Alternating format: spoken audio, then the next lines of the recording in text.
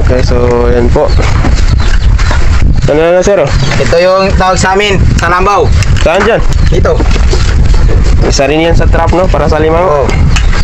And then, kay Julius naman, lagyan ng pain is yung bubu trap. Saan yung bubu trap? Ito. Yan.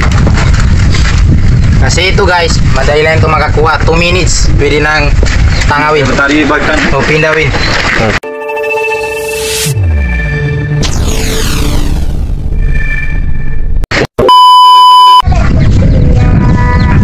Ito lang yan guys, tatapon. Tapon mo na, huwag mo patagalin. Tapon mo na. Tatapon ito, dito. Siya ka na muna, ang sausin.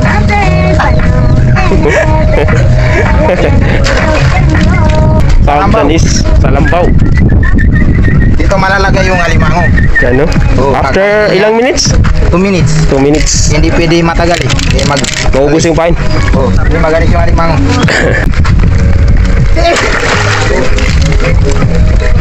Okay na, ganyan lang yun guys. Ganun lang, kasimple. Okay, Mabuhay ka na dito. Isa sa mga trap. O trap ng manghuli ng alimango. Okay, ang tawag doon? Bubu. Bubu. Ay, salambaw. Salambaw. Okay. A few moments later.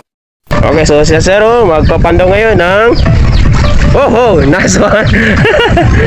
Guys, madali lang. 2 minutes lang. May huli na. Nice one. Oh, lalaki. Wow. Okay, so ilagay ulit, no? Oh, Lagay lang after 2 minutes ulit. Nice one. Oh, tingnan nyo. Okay. Yan, lalaki. Nice one. Okay, yung isa.